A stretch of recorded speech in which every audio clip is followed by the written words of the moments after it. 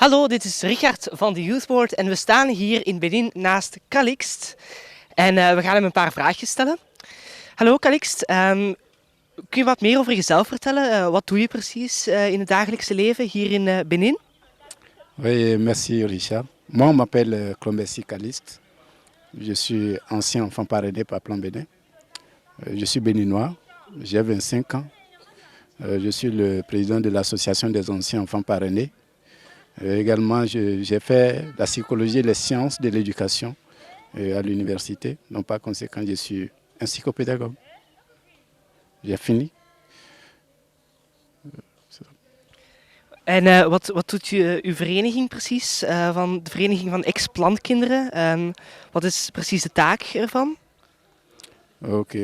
L'association des anciens enfants parrainés est une association qui mène des actions dans le cadre de l'amélioration des conditions de vie dans nos communautés, contribuer à l'éducation, à la qualité de l'éducation et l'accès à l'éducation pour tous.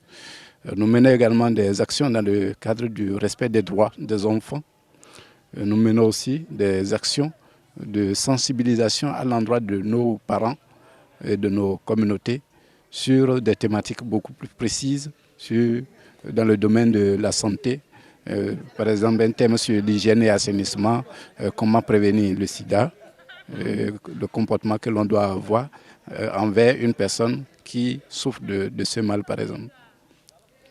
En wat is je motivatie precies? Waarom doe je dit allemaal? Oui, d'abord je suis ravi de faire ces activités simplement parce que je me dis, il y a des plans avaient autrefois contribué dans l'éducation au moment où on était encore enfant. Maintenant on s'est dit, est-ce que c'est vrai que nous n'avons pas les moyens de construire des salles de classe, de construire des salles de santé ou d'équiper des salles de classe et des centres de santé également. Mais nous pouvons également utiliser nos connaissances acquises en tant qu'aujourd'hui cadre, puisque nous avons fini l'université, où il y en a qui sont encore à l'université, nous avons décidé d'utiliser nos connaissances pour le mettre au service de nos frères et sœurs qui sont actuellement dans les communautés pour que ces enfants puissent poursuivre les études et devenir plus tard des hommes et des femmes capables d'entreprendre des actions dans le développement de nos communautés. En je praat over het onderwijs, maar wat zijn dan precies de problemen die verbonden zijn aan het onderwijs? Wat is precies de problematiek in dit aspect? L'éducation béninoise, comme tous les pays en voie de développement, est confrontée à beaucoup de difficultés. Et au nombre de ces difficultés, nous avons des difficultés liées à la formation des formateurs. Je veux parler des enseignants, ceux qui sont chargés de donner le savoir à nos enfants, à nos frères et sœurs. Donc la formation n'est pas encore ce qu'il faut. Ceux-ci doivent être formés régulièrement, recyclés régulièrement, être actualisés leur niveau pour pouvoir véritablement contribuer au savoir que nos frères et sœurs doivent avoir afin d'être plus tard des hommes et des femmes capables de contribuer aux actions de développement. Il y a également des difficultés liées au cadre scolaire. Je veux parler des salles de classe qui en manquent cruellement dans nos communautés. Je veux également parler des matériels didactiques dont les enseignants ont besoin pour véritablement donner le maximum de savoir qu'il faut à nos frères et sœurs afin que ceux-ci puissent véritablement être des hommes et des femmes capables de prendre en main le développement de leur communauté comme nous le souhaitons si tant. Super. En u gaat ook België bezoeken dit jaar. Wat verwacht je precies van uw bezoek aan België?